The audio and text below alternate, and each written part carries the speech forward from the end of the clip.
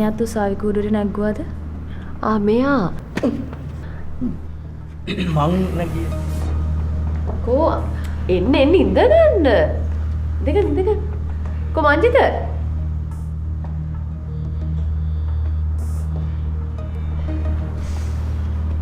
නිම්නාවි. ඔයා මැරල කැමති දෙයක් ඕඩර් කර. මෙයාටනේ බඩගිනි ඇත්තේ. මංජිත ඔයාම බලලා ඕඩර් කර. පචුපිරි ස්පූන් එක වැටුණා. මහරගිස්සි. බාල ස්පූන්. මැඩම් මෙයාත් උසාවි කූඩුවට නැග්ගුවද? මෙයා මං නැගියේ නෑ. මට උසාවි කුඩුවට නගින්න උනේ නෑ නේද නේද? මේ මොකද කෙවින් සර්ටනේ ප්‍රශ්නේ ආවේ. මට මාව එතනට මං එතනට ගියා විතරයි. මේ මට මේ මැඩම් නේද නිසා ඇත්තටම කිසි ප්‍රශ්නයක් උනේ නෑ. මැඩම් මේ පොඩක් කියන්නකෝ නින්නායි මිස්ටර් මේ මට මොකුත් ප්‍රශ්නයක් නෑ කියලා. මොකද දන්නවද? නැත්තම් ගෙදර ගියාට පස්සේ මේ මොහොන එල්ලගෙන ඉන්නවා. ඒක තමයි මේ කියන්න හදන්නේ. කියන්න දෙන්නකෝ ඉතින්. මේ ඉන්නාවි මට මෙයා ගැන විශේෂ දෙයක් කියන්න තියෙනවා. නෑ මයි ලෙග් එක ඒකයි.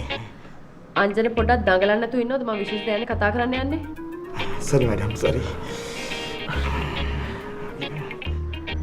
දැන්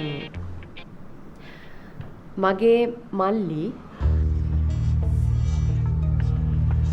කෙවින් ඩිෆොන්සේකනේ.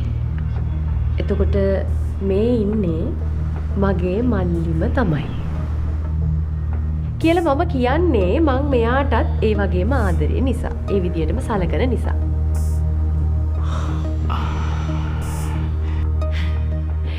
ඒ නිසා මං ඔයාලට පොඩි උපදෙසක් දෙන්නද? මොකද්ද මැඩම්? දැන් ඔය මගේ මල්ලි ඉන්නවනේ, පොර හෙන දක්ෂයා. හැබැයි මෝඩ වැඩ කරන්න ගියාම මේ ලෝකෙ ඉන්න මෝඩම මිනිහටත් වඩා එයා මෝඩයි. ඒ නිසා මංජිතට කියන්න මගේ මල්ලි ගහන ගොම් පදේට නටන්න නැතුව මංජිත විදියට ඉන්න කියලා. නේ මංජිත? දැන් ඔය අපේ මල්ලිගේ හිත හරිය හොඳයි. ඔයා දන්නවනේ. මේ හිත හොඳ ඉන්නම හැම කුණු ගොඩ මොළුවේ දා ගන්නවා. එහෙම තමයි එයා අමාරුවේ වැටෙන්නේ. මං කියන්නේ මගේ මල්ලි වුණත් වැරදි නම් වැරදි.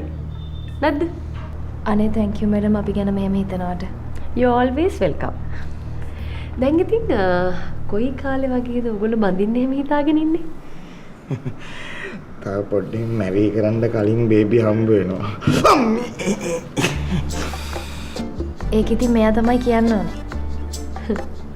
ඔම්බෝ ලැජ්ජාව. මං කියන්නේ ඉතින් ඒක පස්සට දාන්න ඕනේ නෑනේ. මොකක්ද ඔන්න ඉක්මනට කරලා දාමු.